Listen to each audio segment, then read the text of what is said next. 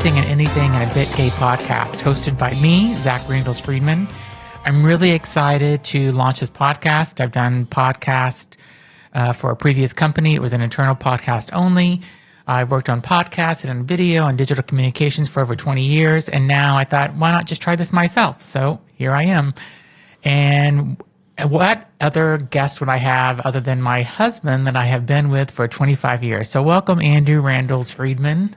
Thank you, Zach, and congratulations on the launch of this new podcast. I'm excited to be here and see where this goes. Awesome. So our first episode is going to be focused on our 25-year relationship. So 25 years nowadays in a straight or gay relationship are not as common as they used to be. Divorce rate's high, people break up, people don't make it, and in the gay world, it's even more, I think it's even more difficult to stay together for so long.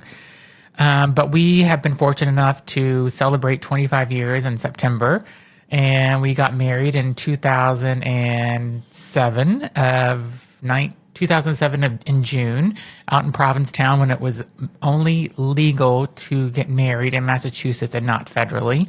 So that's 16 years, wedding anniversary, 25 years of since we've met and had our first date. Right. And we used the first time we met as our anniversary date. That's what we celebrate. Because sometimes I can never remember our actual wedding dates. So. And I can barely remember all the different dates. We also have a date, and I don't remember what it is, of domestic. When we got quote unquote domesticated in New York City. We have a date somewhere back out there when we first bought rings, when we took a trip to Miami and got some bling. I think that's all the dates. So the rings, when we got domesticated, when we first met, and our official wedding at Pilgrim Monument in Provincetown soon after Massachusetts Pilgrim's legalized Landing. Gay marriage. Yes, where the Pilgrims first landed in Provincetown, Massachusetts. Yep. So let's talk about how we met. Sure. You want to tell the story? Sure, I'll tell the story. It's a great story. So it was at the turn of the century, and it was 1998. The streets were littered with AOL CDs, if you remember those times. America Online, to be exact, and there was a Blockbuster on every corner. I was living at 85th and Lexington in a small, tiny studio.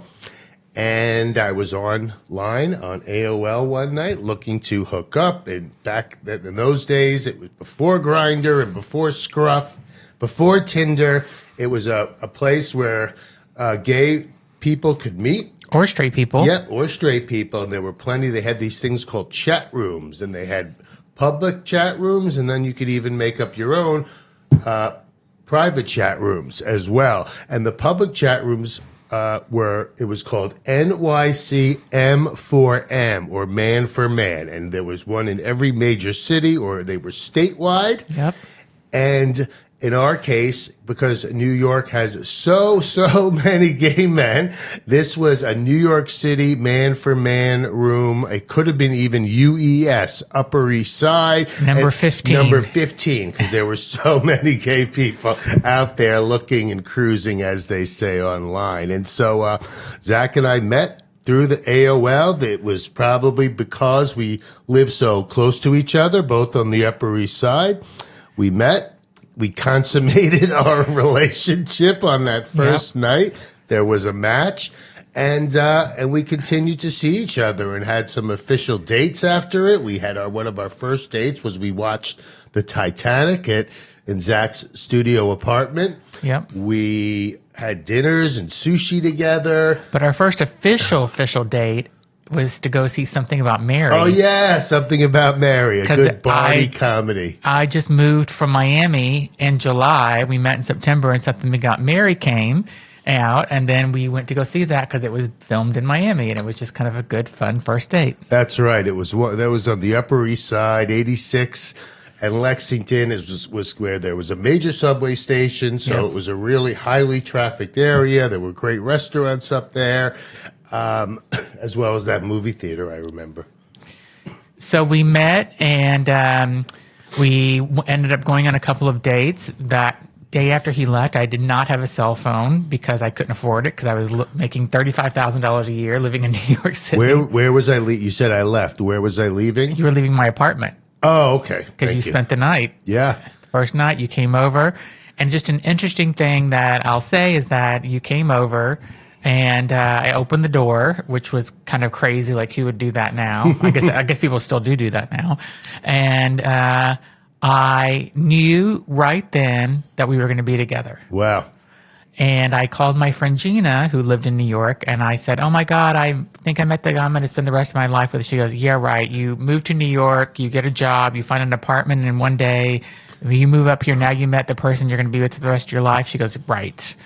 So little did she know, 25 years later. Little did she know, but you knew.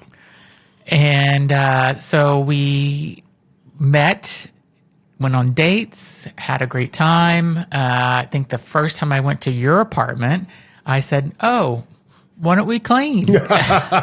Yes, back in that day, I had a one-room studio, and really, literally one room. Everything in the one room, of course, except for the restroom. And it definitely, things would start to pile up. New York Times for like the last year. Yeah, I don't think it was the last year, but there was a lot of newspapers around and bottles and things. And I think I have to remember it. I kind of, oh, no, you're right. You offered to help straighten up in the nicest way possible, I remember. And then I remember how nice and natural it felt, that we were both kind of sitting there doing this like little domestication thing, and it just felt really easy and natural, and we were joking around and really getting along. And it wasn't even like a date, but it wasn't, it wasn't what you would consider a date, but it was a date. But there was no kind of pressure or anything like that. We were just felt very comfortable with each other. And then we continued going on dates. And then I think your parents took you to this place called Claire's or Chelsea Lobster House. Yes, Claire's. It was called, original name was Claire's, right? What was it? Right down on? It was where Elmo is now. And what is that? 9th Avenue and 19th or something? 8th Avenue, maybe. Yeah. Something and 19th, like that. Yeah. There's that Irish bar that's probably still there in the corner. Sherry, our good friend Sherry G, lives right in that neighborhood now. So it was called Claire's. Yep. It was a Keys, like Florida Keys. Key West was kind of like the theme, which is funny because Zach is from Miami. And we used to go there because my dad had what they called this transmedia card. And it was a credit card that you would use to go to certain restaurants, and you would get like 20% off, sometimes more. But it was tied to one of your regular credit cards. But in that day, you had to actually present the actual transmedia card. So we go in to this restaurant, we're having a meal, and we're sitting up front, and guess who walks by? My parents. They're leaving, and their mom and dad are like, oh, hi. And so actually, I think that's not the first time. The first time I met them is when we went out to Long Island to your parents' house when they were out of town. We were doing laundry at your parents' house and spending the weekend on Long Island, and your parents decided to come home a day early. Yes, I remember. I'm not sure which came that was first. The Long Island was first. Long Island was first, and then we bumped into them at the restaurant. Yes, interesting. So yeah, that was That wasn't the first time. Was that the first time we'd gone to Long Island? That wasn't the first time we went to Long Island, but that was the first time that they came home. Yes, they would go away for the weekend. I would come home, and with no reason why not. And exactly, they caught us. When I remember the story or tell people the story, it was funny. So they had theater tickets for Sunday. Yeah. So they ended up coming home on the Saturday. And what a way to come out, even though I wasn't out at the time. We should share that with people as well. So, but it was like, there couldn't have been of a more obvious way of coming out than them catching us together in the living room folding laundry, right? Like, it wasn't like we were having sex. Sex on the stairs would have been a more obvious way. Yeah. But this was even more, maybe even more obvious, just doing like a little domesticated, fun chore together. And I remember your dad walking in. He was so charming. He goes, hi, nice to meet you. I'm Lee Friedman. I'm like, nice to meet you. And he was just I just remember I liked him right away. And then I'm like, yep, we're getting out of here. Your mom was very friendly and nice and great, but I'm like, we're not staying the night anymore. We're leaving. So I think I was more than happy to say we could still stay. There's no reason to leave, but you were ready to go. I was definitely ready to go. And maybe it was because my parents were so matter of fact at that point. Maybe that's what made me comfortable at that time to say, hey, we could just stay. Yeah, and But Zach wasn't comfortable. I Zach's wasn't like, we're bugging out. So we left about a half hour later, picked up all of our laundry, didn't even fold it probably, and threw it, and we were out. And then I think a couple weeks later, that's whenever you got a call from your mom saying, Andrew, I need to ask you something. Yep, and that's when she asked me if I was gay. And Well, I don't know. I don't even remember exactly how, but she did ask if I like boys or girls, and I told her. What did I tell her at that point? you Both? said you liked both. But I like boys more. I think she asked me, what do you like more? Yeah. And so we had that discussion. She didn't tell my dad at that time, but I did, and probably a month later or so, Zach was going to be in New York for the Christmas holiday, and I invited him to come to Christmas dinner. No. Yes. No. I went to. You were at Jones at night. Did you come to both? I went to both. Okay, so we would do. So when we moved from Baltimore, when I was 3 years old, to New York, my father had two cousins who were his age, so I used to refer to them as my Aunt Joan and Aunt Linda. Aunt Linda would host Christmas brunch on Christmas morning, and Aunt Joan would host Christmas dinner. And so I invited Zach because he had nowhere to go. My parents had met him, so no big deal. My cousins, grew up in Manhattan. Everything was, totally comfortable, peachy keen. And then my dad must have asked my mother something when they were driving home to Long Island. And my mother told my dad. And he called me and told me how much he loved me and didn't matter. And he was proud of me and all that. So very, very, very, very loving parents. And we're lucky. We are lucky. And, when we start to think about, being together for 25 years, that's a big part of it. Zach and I feel like you and I grew up with the same love and support, maybe expressed a little different way for each other, the importance of family, the benefits, I think, and obligations as well we have for our family. Yep. And so what is the phrase we often refer to when we're doing something which we don't necessarily feel like doing, but we know we're going to do it? That's what family does. That's what family does, right? Exactly. That's from a quote from my mother, where it comes from when they would go, and when my sister would come into town, maybe she and her fiance or husband at the time would be traveling in from somewhere, and maybe they would pick them up at the airport, so drive from where we grew up in Long Island to, let's say, LaGuardia Airport, and then drop my sister off and her husband Andy in Manhattan where they lived.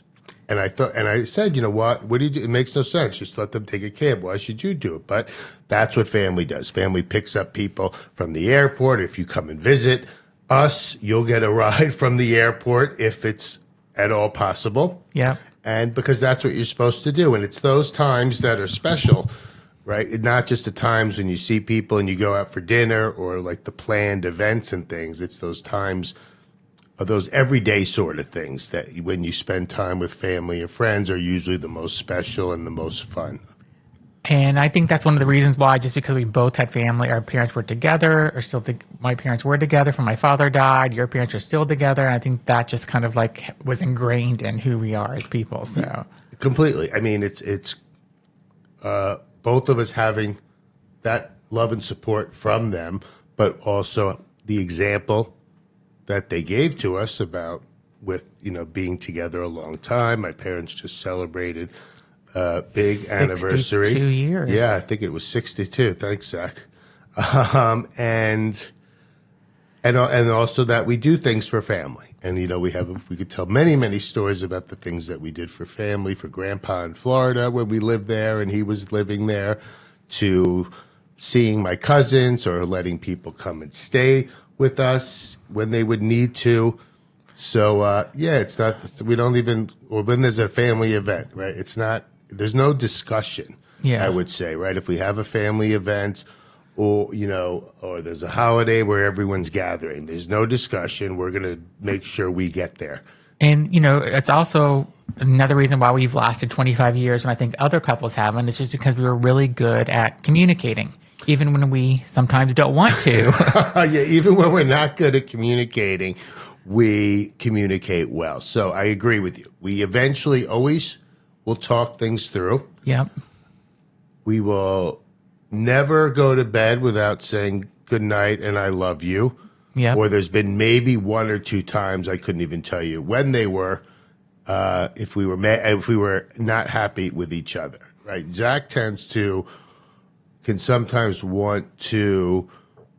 Zach is the one who more needs to talk things through. Sometimes I think my feeling is we just need to give things a little bit of time and then we'll talk. Almost like we can get very emotional and it's just not a good time to talk. And really it's never a big thing. It's just maybe somebody was rubbed the wrong way. So just the best cure for that sort of, I wouldn't even know if it's anger or just being hurt, is just a little time for both people.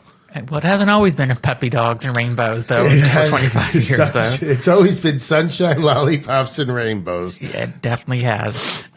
We've gone through 17 moves together over 25 years. Sometimes it was moving from Manhattan to Brooklyn, then Brooklyn to another Brooklyn, to Florida, Atlanta, Philly, North Carolina, Boston, New York again. Yep, that's it. Switzerland, back to New York, Boston. It's just kind of crazy, all the moves that Dallas. Dallas. And it's like if anybody can survive 17 moves together and still be together, they're meant to be together. Well, isn't that what your dad said after what? It was only our first move or something? Yeah. Or maybe it was our first major move from New York to Florida. Yeah. We both, well, that's another thing, right? We both have that sense of adventure. Yeah. That we're together, and therefore, where we're living at the time, at least, is not that big of a deal as long as we're together. And if we don't, and we also know, right, if it's something that we both can survive with, if we're with each other, and if we end up deciding this isn't the place for us, then we can always pick up and do it again. So, and that's really been another hallmark of the relationship in the 25 years, that sense of adventure and exploring new cities and meeting new people and all the various good places travel we've done and that stuff, we've lived, our love for travel, our love for exploring new foods and new places. Yeah. So there's lots of other reasons why we're together for 25 years. One of them we'll talk about in a future episode about open relationships. We are not in an open relationship, but other couples are. We're not judging them, but we'll kind of talk about that because we have some friends that have not been successful in their open relationships and other ones that have. So we'll talk about that in a future episode. So thank you, Andy, for being here in my first episode. I really appreciate it. It was my pleasure. I can't wait to come back and talk about more things in the future. Well, you're definitely going to be back often, probably more than you want. So. So be sure to visit my website, everythingandanythingpodcast.com. You can get this podcast on Amazon and Apple and Spotify, Stitcher, and Pandora, any of your favorite podcast platforms. And please join in for future podcasts and subscribe. Thank you. Thanks, everybody. Take care.